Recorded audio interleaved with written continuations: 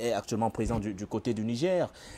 Mais on retient globalement de tous ces événements que la vigilance, plus que jamais, reste de mise au Niger aujourd'hui.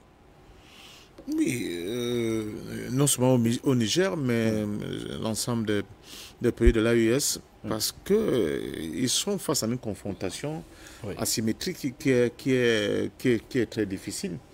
Et je ne sais même pas comment ils vont réussir je pense qu'il faut qu'ils refondent un peu leur manière d'assurer une police de manière permanente pour avoir des remontées d'informations qui soient crédibles.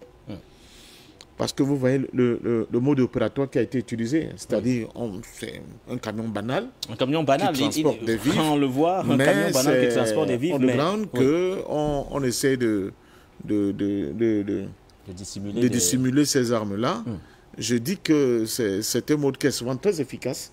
Donc ça demande beaucoup d'informations, beaucoup de vigilance et vraiment une information très pointue.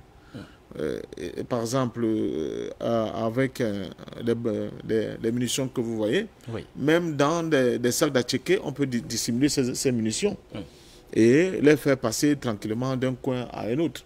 Donc, cela signifie que les forces de défense et de sécurité de ces pays doivent être extrêmement vigilants, mais surtout aussi monter en puissance en ce qui concerne la collecte du renseignement. Le renseignement sera très important parce que ça va être un renseignement humain. Ce n'est pas un renseignement qui se fait par la base des drones, c'est un renseignement humain. Donc il faut vraiment infiltrer toutes les zones sensibles, avoir des gens qui vous font des remontées d'informations qui sont assez importantes.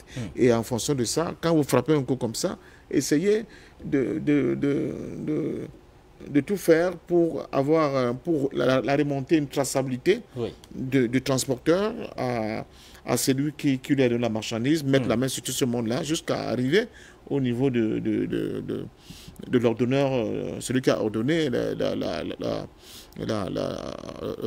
la transaction. Et ça, c'est très délicat parce que c'est souvent des cloisonnements.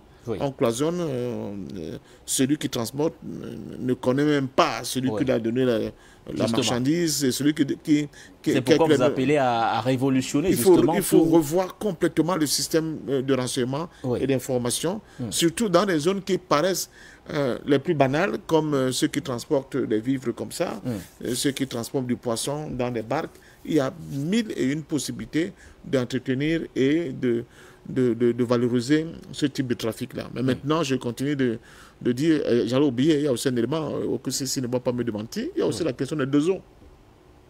Ces chasseurs traditionnels qui sont souvent utilisés pour justement commettre aussi des sales besognes.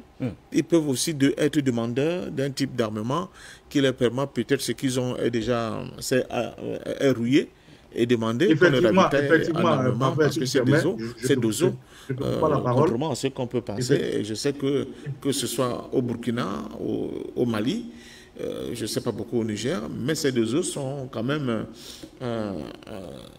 une filière assez importante et qui a des capacités de pouvoir déstabiliser des régions tout entières. Donc peut-être que c'est à destination de ces fameux deux eaux-là, qu'est-ce que j'en sais. Et je peux vous dire que dans une guerre asymétrique, c'est des petits escarmouches qui peuvent, de manière répétitive, avec un harcèlement continu, qui peuvent créer une situation sécuritaire assez préoccupante. Bon, de toute façon, laissons la justice et la police nigérienne continuer son enquête. On sera renseigner très rapidement prochainement. Et nous également, nous restons scotchés bien sûr aux premiers éléments d'enquête qui seront forcément rendus publics dans quelques jours par les forces de défense et de sécurité nigériennes.